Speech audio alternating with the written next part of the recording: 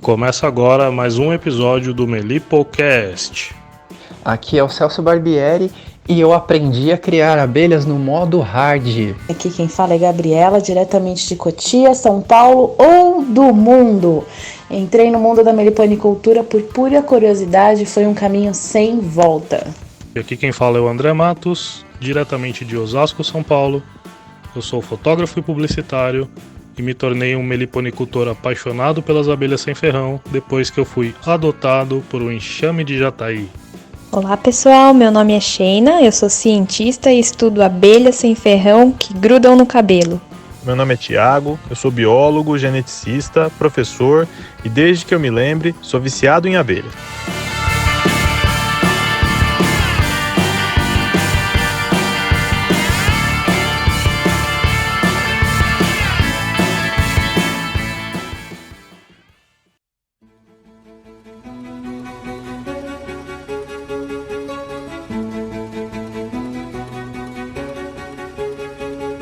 Então, colmeia, tudo bem? Vocês estão ouvindo o episódio 1 da primeira temporada do Melipocast. E o episódio de hoje é sobre existem abelhas sem ferrão e como começar na meliponicultura. Então, bom, a gente tem que começar esse assunto bem pelo começo, né? A gente tem que apresentar quem são as abelhas sem ferrão e falar um pouco sobre o fato de que elas estão entre nós.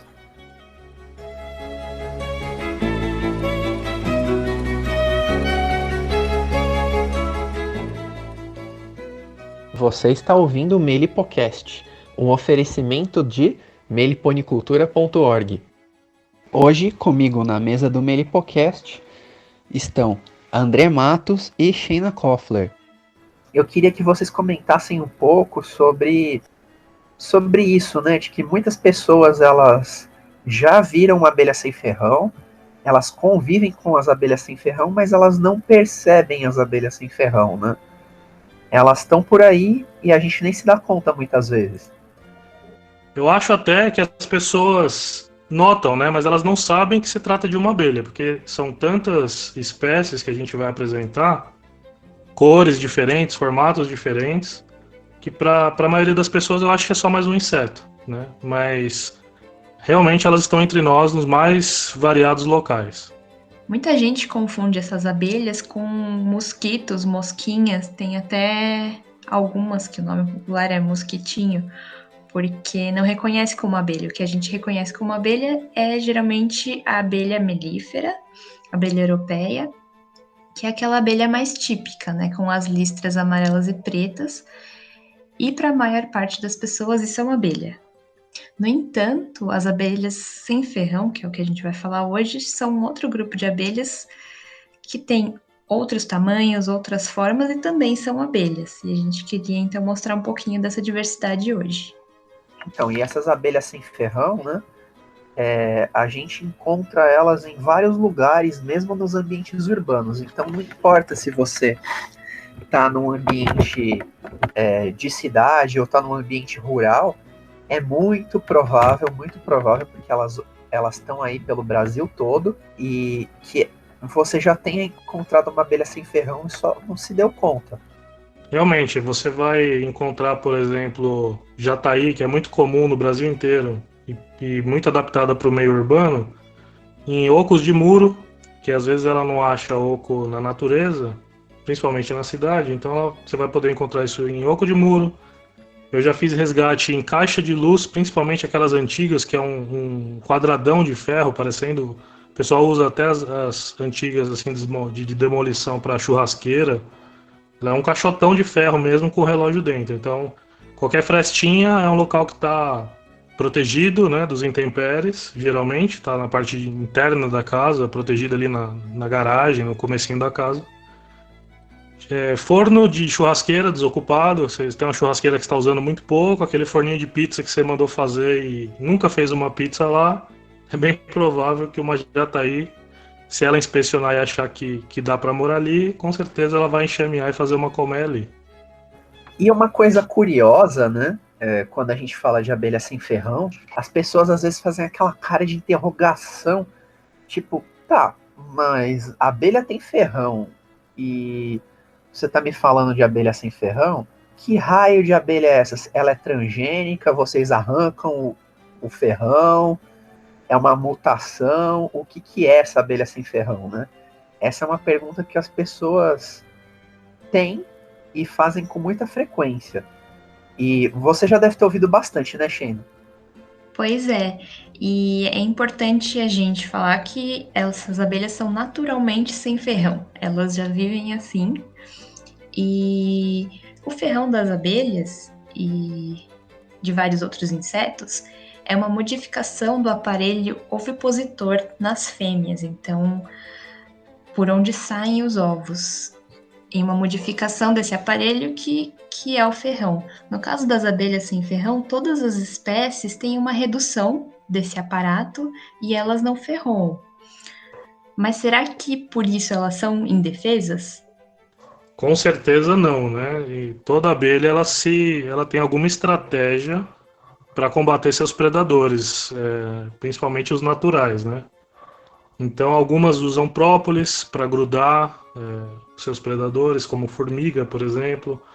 Outras espécies, principalmente as menores, elas tentam ficar invisíveis.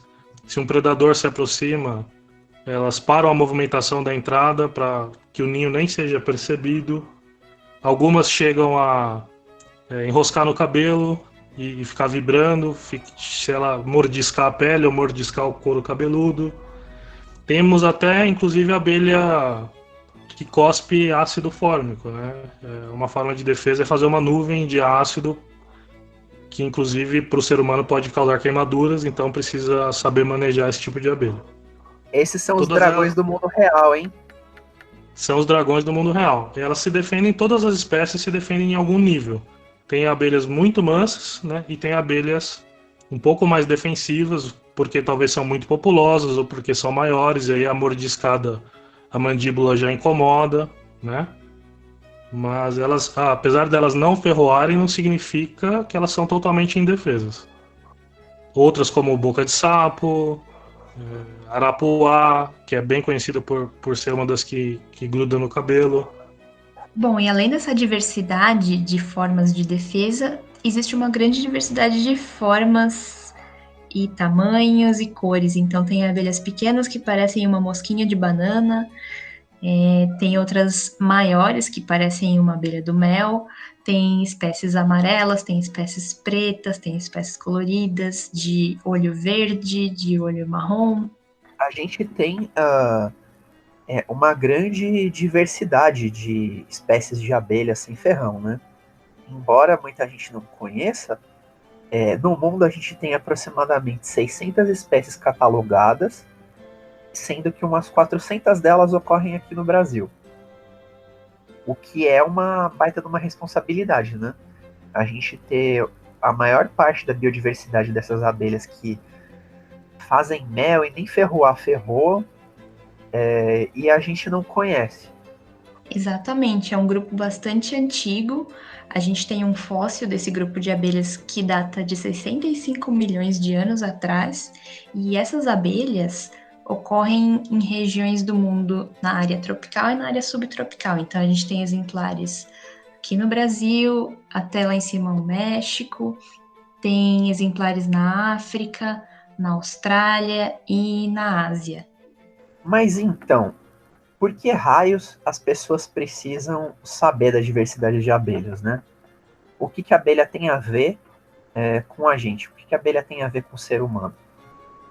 E aí eu diria que muita coisa, porque elas são os principais polinizadores de tudo que a gente, de quase tudo que a gente se alimenta, e de florestas. Elas fornecem um serviço ecossistêmico muito importante de polinização.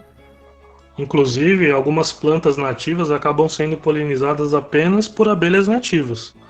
Então são animais muito importantes que são praticamente insubstituíveis. Precisam ser preservadas para que algumas plantas nativas ou tenham a sua produção melhorada. O fruto polinizado ele geralmente é maior, geralmente ele é melhor, mais doce. E algumas espécies chegam sem abelha não existiriam. É importante aqui a gente lembrar que a polinização é um processo de reprodução das plantas. Então, muitas plantas precisam que um agente, um vetor, leve o pólen de uma flor para outra. E isso pode acontecer de várias formas, pelo vento ou por algum animal que carrega esse pólen. E o caso mais emblemático é o das abelhas, exatamente, que ao buscarem alimentos e recursos nas flores, acabam fazendo esse transporte de pólen. E como o Celso estava falando, existem muitas plantas que são fontes de alimento para a gente e que dependem da polinização das abelhas.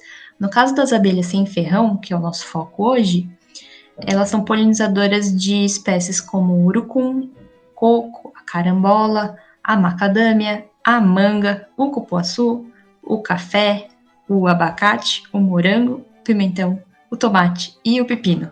Esses são apenas alguns exemplos de plantas que se beneficiam da presença dessas abelhas, fazendo esse transporte de pólen.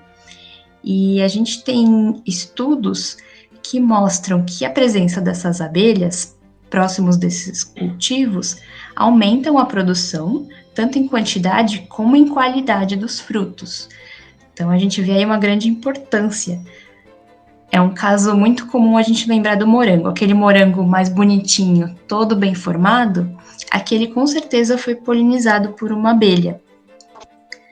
No caso daqueles outros que parecem um pouquinho mais deformados, não tão legais, aqueles tiveram uma deficiência na polinização. Então você vê aí uma grande importância da presença das abelhas na qualidade dos frutos. Você falou do café, assim, tem toda essa importância alimentar e tal, mas você está falando de produtividade, não está falando só de produtividade na produção de alimentos, né? Se aumenta a produtividade de café, por consequência, a produtividade do trabalhador também depende da polinização das abelhas, né? Porque vamos combinar que sem café a gente produz bem menos. O brasileiro, com certeza, né? E você citou o morango, Sheina. Teve um estudo que mostrou que em um cultivo de morango em estufa, um único ninho de jataí realizou a polinização de 1.350 pés de morango. Ou seja, elas são altamente produtivas nessa função de efetivar a polinização. Isso é bem legal, né? Porque se você pensar, essas abelhas são sociais, então elas vivem em colônias de centenas ou milhares de indivíduos e todos eles precisam de recursos alimentares. Então, ao buscar esses recursos, as abelhas vão polinizando muitas flores para dar conta de alimentar todos os indivíduos. Então, aí você vê como esses organismos podem contribuir para a polinização. Isso também para as espécies nativas, né? Não só as espécies que são culturas agrícolas. Então, e a gente falou um pouco sobre a polinização e do uso delas, né? De que elas coletam, que as abelhas elas coletam o pólen, mas o pólen não é o único recurso que as abelhas coletam, né? Elas coletam, além do pólen, elas coletam resinas, e o alimento energético delas é o néctar. Elas coletam o néctar das flores, e esse néctar, depois de uma série de processos, é que vem a se tornar o mel. Então, quando a gente apresenta as abelhas sem ferrão, essa é uma pergunta muito frequente que vem depois, né? Tá, mas abelha sem ferrão faz mel? Não só faz, como ele tem uma complexidade muito maior, ele é um pouco mais líquido, né? Ele tem mais umidade, ele é um pouco mais ácido, geralmente, por conta da própria fermentação natural, da forma com que ele é armazenado. O mel da abelha nativa sem ferrão, ele é armazenado em pequenos potes, ou grandes potes, dependendo de se é uma espécie de tamanho físico maior. Mas ele não é armazenado em favos, como a abelha africanizada, europeia. Ele é armazenado em potes, que acaba sendo até mais bonito, mais elegante. E ele é um pouquinho mais ácido e tem, assim, como nós temos essa diversidade de cerca de 400 espécies, mesmo as espécies mais comuns já de manejo e do convívio, desde os indígenas, do sertanejo, do pequeno agricultor, do meliponicultor atual, tem uma diferença muito grande, uma diversidade muito grande também no mel de cores, sabores, aroma. Ele muda de acordo com a espécie da abelha. A mesma espécie de abelha produz um mel diferente de acordo com a própria florada, com a maturação. Se esse mel está armazenado pouco tempo, muito tempo, ele já varia um pouco o sabor. Então é um universo fantástico. É uma das coisas que quando eu apresento as abelhas sem ferrão, da criança ao idoso, se a pessoa não conhece, é uma explosão de sabores que você vê no olhar, que ela fica maravilhada e nossa, como eu não sabia que isso existia, né? E você vai experimentar o mel nativo com aquela, pensando no mel que você foi apresentado sempre, que é o mel comum, né? O mel da Apis. Então quando você experimenta, é muito diferente. Tem gente que ama, tem gente que acha estranho porque é um pouquinho mais azedo, mas é unânime que é legal, assim. Todo mundo gosta.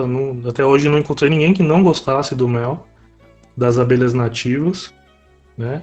E, inclusive está sendo feito trabalhos recentes que a alta gastronomia está valorizando muito esse produto.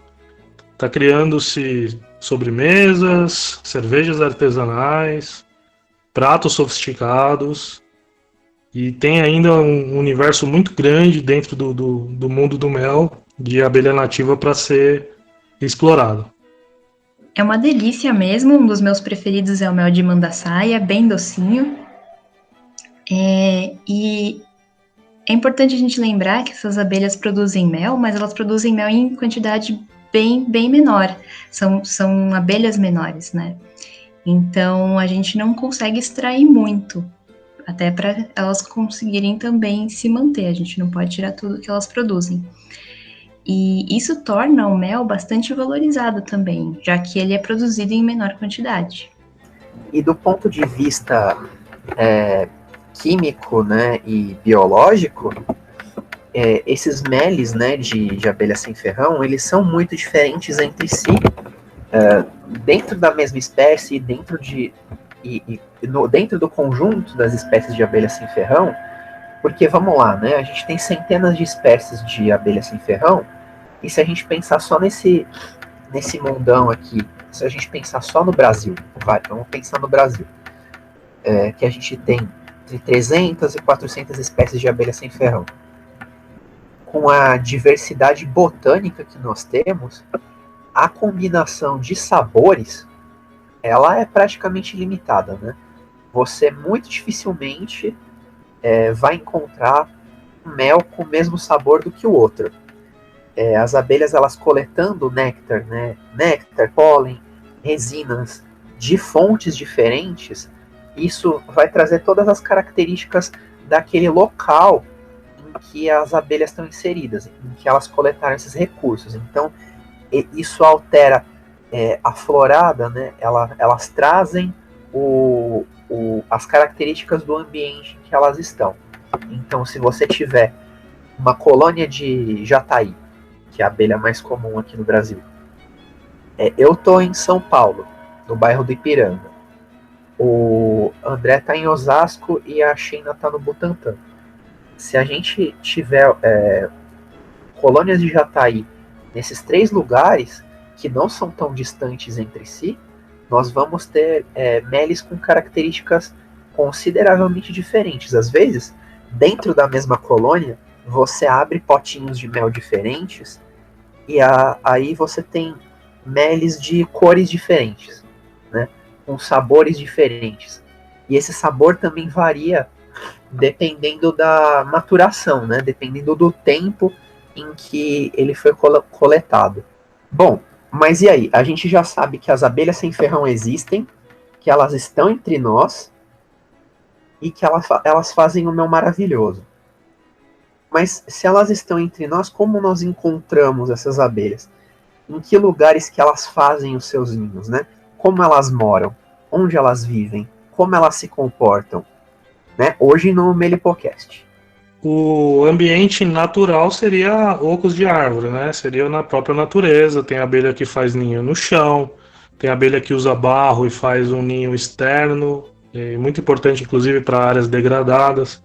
como a arapuá, que faz um ninho, parece um cupinzeiro, assim, parece a casa do João de Barro, até um pouco, só que maior. Então tem abelhas que usam o ambiente natural para fazer suas colmeias, né? E aí, no ambiente urbano, elas tiveram que se adaptar e, como eu falei, elas acabam fazendo ninho no muro, acabam fazendo ninho na churrasqueira, acabam fazendo ninho, às vezes, no local, se for um enxame defensivo, tendo que ser removido dali, porque está atacando as pessoas, se for uma grande área de circulação, se o enxame for muito grande.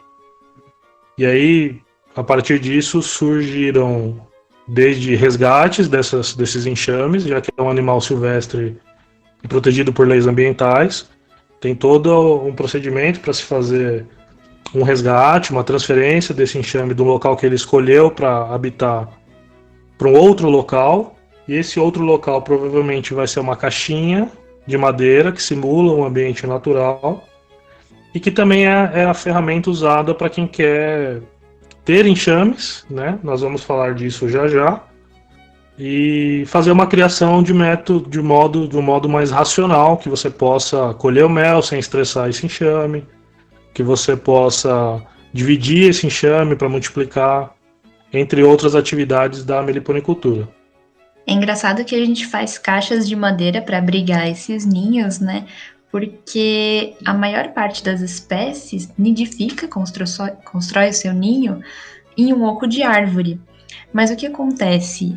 Para ter um oco numa árvore, tem que ser uma árvore muito antiga, com um diâmetro muito largo e que já tem um oco vazio, e é ali que aquelas abelhas vão se instalar. Nas áreas urbanas ou áreas em que não tem uma floresta bem estabelecida, não tem essas árvores grandes, né? Então, na falta desses lugares, as abelhas deram um jeito e encontraram alguns outros lugares parecidos para conseguir construir o ninho.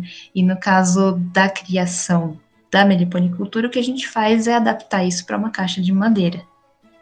Lembrando que nem todas as espécies de abelha sem ferrão, né, elas são manejadas por meliponicultores. Tem espécies que elas fazem ninhos externos, como o André mencionou, espécies que fazem o ninho no chão. Então, algumas espécies elas não são manejadas ou têm um manejo bastante complicado.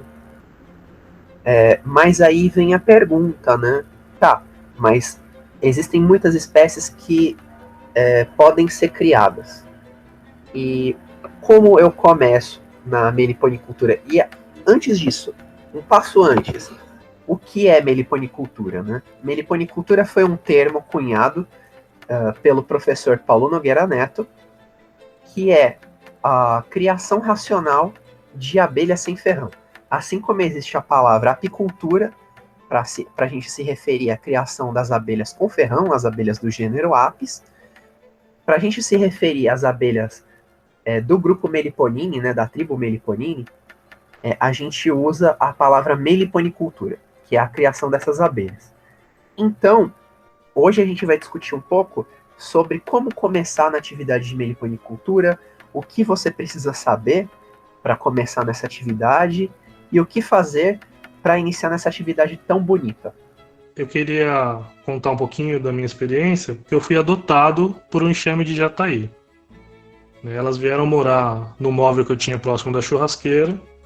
Eu tentei esvaziar esse móvel para elas ficarem lá, elas desistiram. No ano seguinte elas retornaram e deu certo. Eu já tinha deixado mais ou menos vazio, foi uma coincidência, e o ninho se estabeleceu lá.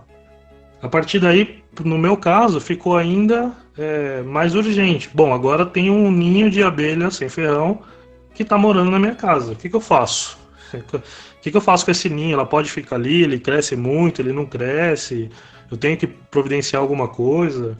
A primeira coisa que eu fiz foi interditar a churrasqueira. A família não gostou muito, mas paciência, prioridade da natureza. E aí eu fui pesquisar, né? Você tem que estudar. Eu acho que, como tudo, o primeiro passo, antes de você saber se aquela atividade é para você, as dificuldades, as vantagens, as coisas que são legais, as coisas que dão trabalho, você tem que estudar um pouco, né? Você tem que plantar que eu acho que é uma atividade bem legal. Se você planta, você começa a ter essa noção da polinização, da botânica, quais plantas ajudam as abelhas nativas, né? E outra forma de adquirir conhecimento é acompanhar aqui o Melipocast e também acompanhar nosso projeto meliponicultura.org. Bom, mas e aí, do ponto de vista, assim, de conforto para as abelhas, né? Bom, a gente precisaria definir algumas coisas, né, para começar na meliponicultura. Como, quais são as primeiras espécies, as espécies mais simples de manejar? Acho que esse é um assunto importante. E, bom, se você está querendo começar na sua casa, você precisa ter um lugar adequado, né? Você precisa reservar um espaço adequado para essas abelhas. Não é mesmo? Exato, se você vai começar a criar essas abelhas na sua casa, no seu sítio, em qualquer lugar, você se torna responsável por esses animais. Então você tem que pensar muito bem em todos os passos que você vai fazer. A obtenção de um ninho não é o mais importante, existe todo um planejamento prévio, porque, infelizmente, se você não faz todo esse cuidado, você pode colocar essas abelhas em risco e perder o seu ninho. Então, um passo importante é você escolher a espécie que você quer começar a criar. Existem várias espécies, algumas são maiores e às vezes mais atrativas, mas o que é recomendado para você iniciar é uma espécie talvez mais resistente, que não tem um manejo tão difícil, que não é tão suscetível a mudanças de temperatura, de parasitas, de faltar alimento. Então, por exemplo, você pode começar com uma jataí, que é uma espécie bem resistente, uma espécie bem populosa, não tão agressiva, então você consegue fazer um manejo tranquilo. Você vai escolher um lugar para instalar esse ninho, pensando se esse lugar é muito acessado por formigas e outros predadores, se chove muito, se vai ter muito sol. Então, para entender tudo isso e as necessidades da espécie que você vai criar, você precisa estudar. Existem fontes para você acessar de livros, de manuais, existe muito material na internet e existem consultorias também que você pode solicitar para conseguir todo esse apoio se você é um iniciante. Além disso, vale a pena mencionar que é importante criar espécies que ocorrem naturalmente na sua região. Então, aqui no Brasil, a gente tem várias espécies distribuídas em diferentes lugares, diferentes biomas. Então, tem espécies da região norte que não ocorrem aqui no sudeste. E o ideal é que você crie uma espécie que já ocorra na sua região, porque ela já está adaptada, acostumada às condições de lá e não vai sofrer com essa mudança, né? Então, essa questão da regionalidade, né, das abelhas, do endemismo, tem a ver também com adaptação às plantas que elas consomem, né, elas vão estar muito mais adaptadas a encontrar recursos das plantas que são as melhores para ela, que elas coevoluíram com essas plantas, e também nada garante que se você traz uma espécie de uma região diferente, ela vai ser resistente aos micro-organismos que tem nessa região nova, né? Então é bom para a segurança da própria abelha e para a segurança das abelhas da região em que você está, né? Porque você pode estar introduzindo, junto com essas abelhas, uma série de outros micro-organismos que você nem sabe e muito provavelmente não foram nem descobertos ainda. Então, por isso, ter um acompanhamento de pessoas mais experientes na atividade é bastante importante. Mas fazendo tudo isso, com certeza, você vai aprender muito com as abelhas. É uma atividade que vale muito a pena porque você vai se envolver mais com a natureza, você vai prestar mais atenção em como as condições do ambiente influenciam os seres vivos. Vale muito a pena, a gente realmente recomenda essa interação.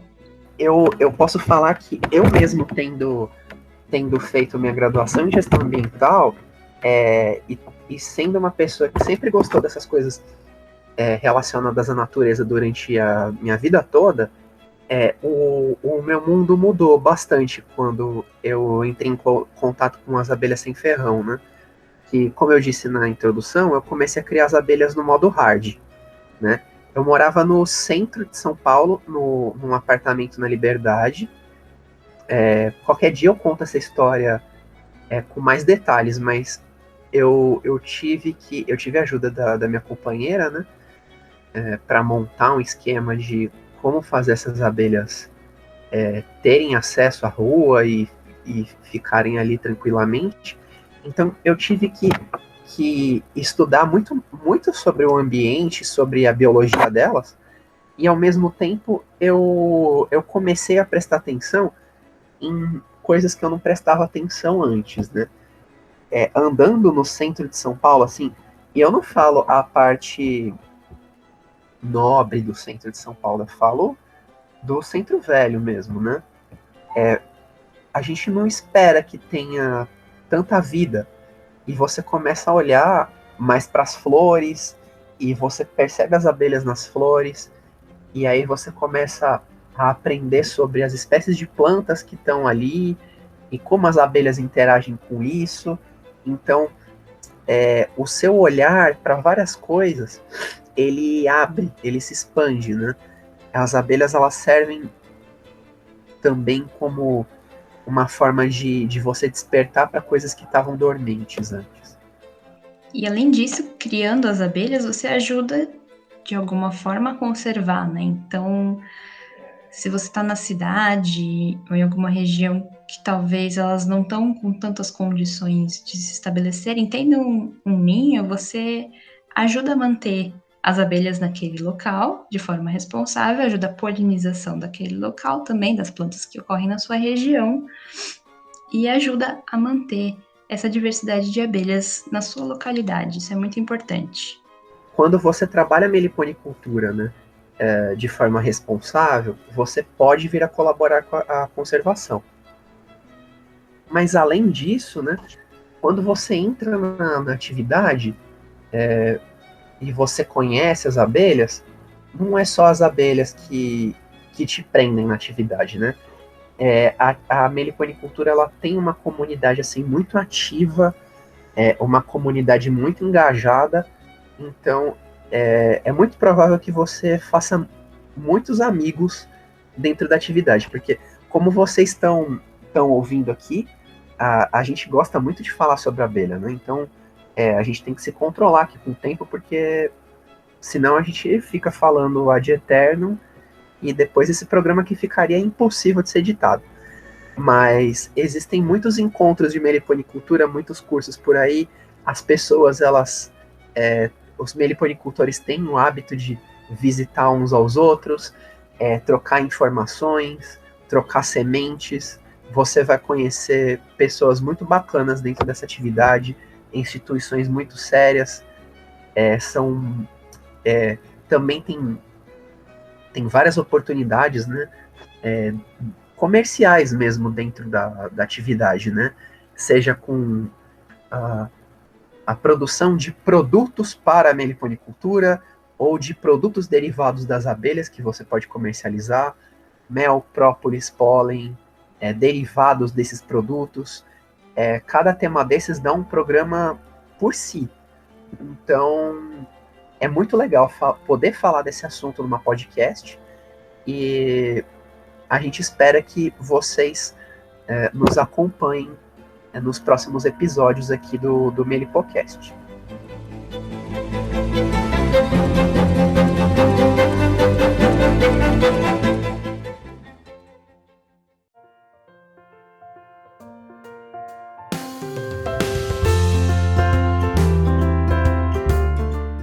Se você se interessou pelo assunto e quer ajudar a descobrir coisas novas sobre as abelhas sem ferrão, presta atenção na mensagem que a Sheina tem sobre ciência cidadã e como participar. Ainda existem várias perguntas sobre biodiversidade e ecologia de abelhas sem ferrão que a gente ainda não consegue responder. Existem muitas lacunas nos estudos. Então, como a gente pode fazer para resolver isso? Quanto mais gente estudando, mais informação a gente vai ter. E essa é uma das ideias da ciência cidadã. Uma proposta de pesquisa, um projeto em que cientistas e cidadãos trabalham em conjunto. Pode ser uma ideia que alguém da sociedade traz para estudar, pode ser uma coleta de dados feita por muitas pessoas, análise dos dados e interpretação. A ideia é que o cientista cidadão participe de várias etapas do processo de se fazer ciência. Existem alguns estudos no mundo já utilizando esse método, por exemplo, com aves, com plantas, inclusive com as abelhas.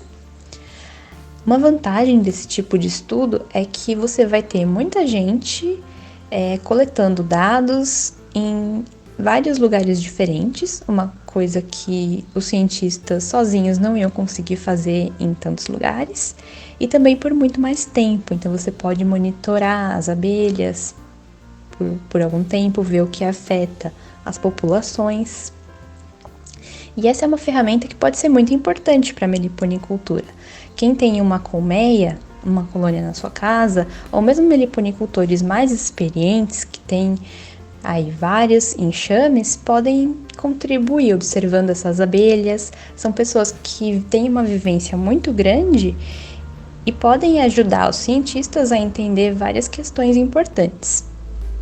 Porque eles vivem com as abelhas bastante tempo, convivem, observam. Existem alguns exemplos de estudos com abelhas, vou citar 2 aqui. Um é um consórcio da Europa para abelhas melíferas, a Apis mellifera. Esse consórcio tem 29 países envolvidos e eles estudam por que as colônias desaparecem depois do inverno. Então, eles têm vários apicultores ajudando a monitorar as colônias em vários países, em vários lugares diferentes, e estão tentando entender por que isso está acontecendo. Isso já é feito há vários anos e todo ano os apicultores contribuem com os dados. Outro estudo que eu acho muito bonito é um estudo feito na Inglaterra com crianças, ou seja, o cientista nem precisa ser adulto. Esse estudo foi feito com mamangavas e um pesquisador foi então a uma escola de crianças de 8 a 10 anos e ali eles criaram um projeto de uma forma como se fosse um jogo. Elas entenderam como funciona a ciência, como se faz uma pergunta, como se faz uma investigação científica e eles estudaram como as abelhas usam as cores para se guiar quando elas saem para coletar alimento. Então, você que está pensando em começar a criar abelhas ou já é meliponicultor, pode também começar a contribuir. Existem vários projetos, existem aplicativos sobre monitoramento da natureza e você pode ajudar contribuindo com as suas observações.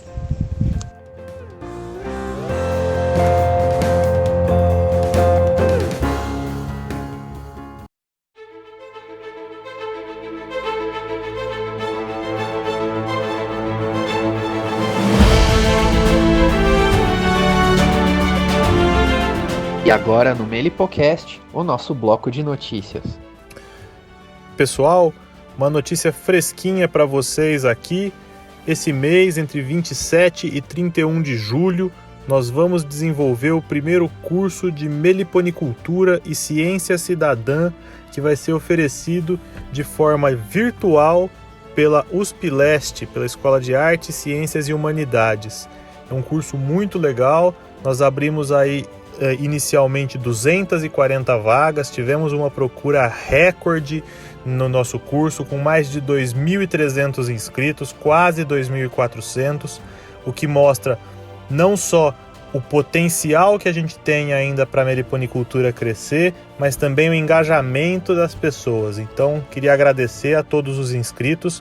Nós já estamos pensando em novas edições e também em alguma alternativa para disponibilizar o material para mais pessoas, além dos 240 que vão ser selecionados, tá certo?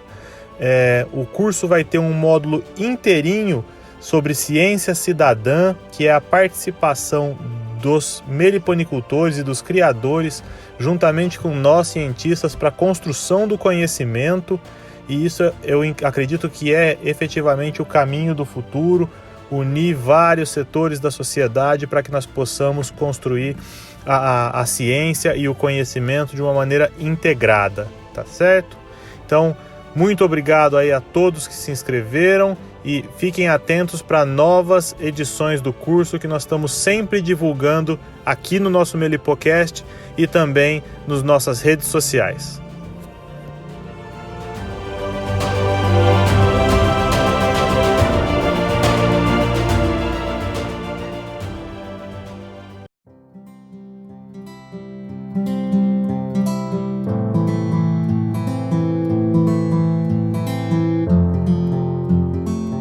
Bom, depois de ouvir tudo isso, se você está se perguntando, tá, e além de criar abelhas sem ferrão, o que eu posso fazer para melhorar o ambiente para as abelhas? Bom, pensando nisso, a Gabriela ela mandou uma dica muito bacana de plantas para as abelhas que qualquer pessoa pode cultivar. Olá, colmeia! Na dica de hoje, quero falar um pouquinho sobre pasto melífero ou pasto meliponícola. Uma palavra difícil, mas muito importante. Bom, para manter a saúde de uma colônia de abelhas, sejam elas nativas ou exóticas, elas precisam de alguns recursos de qualidade durante todo o ano. Entre esses recursos, a gente pode listar resinas, que podem ser de árvores ou plantas, água limpa, barro limpo, algumas abelhas precisam de barro, pólen e néctar. Bom, para a gente se aprofundar um pouquinho nesses dois últimos, pólen e néctar, eles são os alimentos básicos para manter uma colônia forte e saudável. O néctar ele vai ser transformado pelas abelhas no que a gente conhece como mel. E o pólen ele vai passar por alguns processos, mas ele vai continuar sendo pólen e elas consomem dessa forma. E é muito fácil a gente ajudar as abelhas a se manterem fortes. O que a gente precisa fazer é plantar. E aí eu queria dar algumas dicas para vocês. A gente pode plantar na rua de casa, na praça, no quintal, no vizinho. E a gente pode pensar em algumas árvores de pequeno porte, que podem ser pitanga, goiaba, jabuticaba, araçá, que são plantas que, além de nos dar frutos, elas florescem numa época muito importante, que é a época do inverno, onde os recursos são um pouquinho mais escassos. A gente pode pensar em plantar o boldinho, que é uma flor que também floresce quase que o ano inteiro, a carqueja, que tem uma florada bastante intensa na época do inverno, então é muito importante a gente plantar flores que florescem nessa época. O manjericão, que ele floresce também o ano inteiro e atrai muitas abelhas. E na nossa horta a gente pode pensar em plantar o coentro, por exemplo. Pouca gente gosta do coentro, mas as abelhas adoram e eles florescem muito rápido. E para quem quiser deixar a casa mais florida ou a rua mais bonita, pode pensar em plantar uma trepadeira que se chama amor agarradinho. Ela é uma florzinha rosa que também floresce o ano inteiro e as abelhas adoram. Além do cipó de São João, que ele é bem laranja, bem bonito e floresce na época do inverno.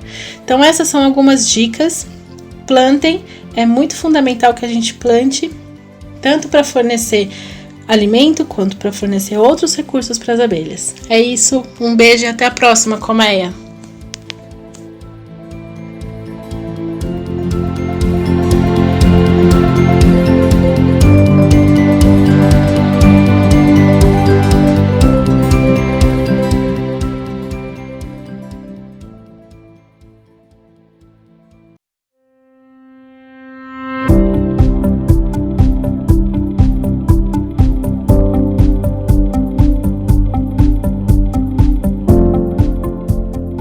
Se ainda ficou alguma dúvida do impacto que as abelhas sem ferrão têm na vida das pessoas, fica aí o depoimento do Victor de Osasco, de 11 anos. Eu fiquei muito interessado quando meu pai disse que existia abelhas sem ferrão.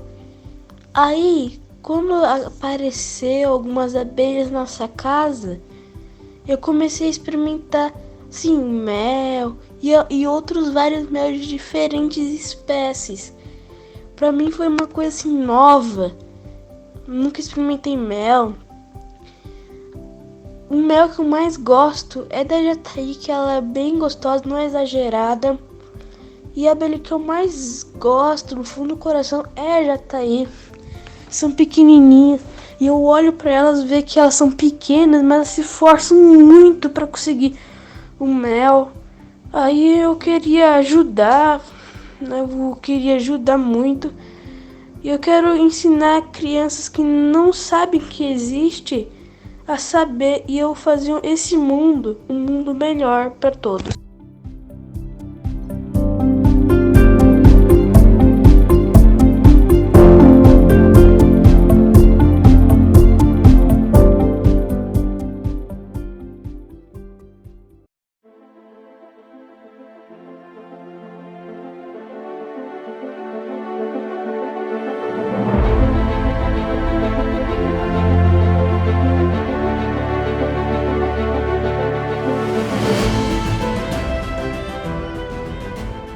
E agora no Melipocast, as perguntas dos ouvintes. Olá, meu nome é Ana, do bairro do Ipiranga, e eu gostaria de saber qual o tempo de vida que tem as abelhas sem ferrão. Oi, Ana. Oi, pessoal. Tudo bem? Ana, muito obrigado pela sua pergunta. Uma pergunta muito interessante que me rendeu aqui uma boa pesquisa bibliográfica. Para responder a sua pergunta, nós temos que pensar um pouquinho em como funciona a divisão de tarefas dentro de uma colmeia para que as abelhas se organizem ao longo da sua vida, tá certo? Os trabalhos científicos, eles não medem exatamente a longevidade das abelhas, mas sim o tempo em que elas demoram para chegar à tarefa de forrageadoras, ou seja, o momento em que elas saem de dentro da colmeia e vão buscar alimento na parte externa, tá certo? Nessa forma, quando a gente olha os dados de abelhas sem ferrão, nós temos aí uma variação enorme de quando é a idade que essas abelhas começam a realizar tal comportamento. Por exemplo, a Melipona bicolor aguaraipo começa a realizar esse comportamento em aproximadamente 36 dias de vida. Mas nós também já vimos abelhas com até 52 dias de vida começarem a fazer o forrageamento, tá certo? A Melipona fasciculata, tiúba, entre 15 e 85. A Melipona bechei, que é a melipona criada na América Central, de 16 a até mais de 60 dias. Perceba como a variação é grande, né? A Mandaguari, a Scaptotrigona postica, entre 20 e 60. A Friesella chirotic, que é a nossa famosa mirim preguiça, as abelhas começam aí a fazer esse comportamento com 17 até 41 dias de vida, tá?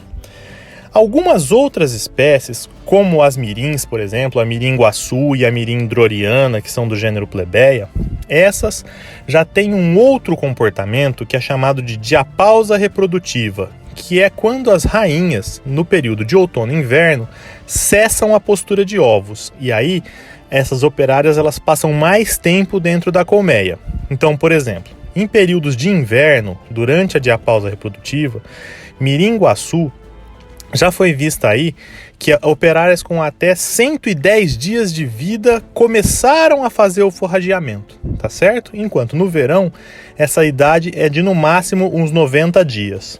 Na mirim droriana, elas começam no inverno a realizar o comportamento de forrageamento entre 35 e até mais de 100 dias elas começam a fazer também essa busca por alimento, tá certo? Então assim, perceba que a idade com que elas saem é muito variável, mas uma coisa interessante que todos os trabalhos trazem é o seguinte: uma vez que elas começam a fazer o trabalho de campeiras, de forrageadoras, aí elas vivem no máximo uns 10 dias de vida fazendo o trabalho, tá certo? Então, vamos pegar, por exemplo, a plebeia remota, a mirim guaçu, tá certo? Se ela começar a sair com 110 dias, ela vai viver mais uns 7 a 10. Então ela vai ter aí entre 117 e 120 dias de vida, tá? Mas isso varia muito de espécie para espécie, como a gente viu no começo da resposta. Obrigado pela pergunta e espero receber mais perguntas interessantes para a gente continuar aqui com o nosso podcast. Um abraço.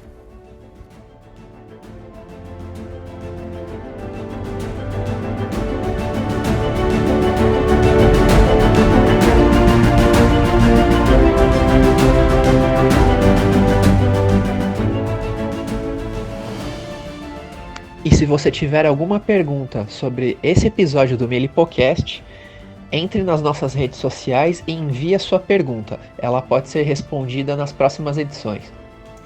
É isso aí, abelhudos. Chegamos ao final do nosso primeiro Melipocast. Queremos agradecer todo mundo que acompanhou.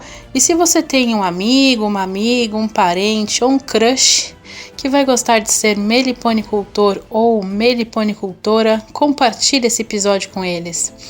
Lembrando que o nosso projeto meliponicultura.org está nas redes sociais, Instagram, Facebook e LinkedIn.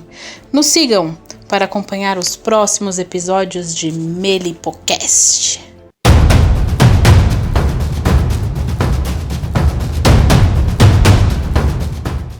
Um oferecimento de meliponicultura.org.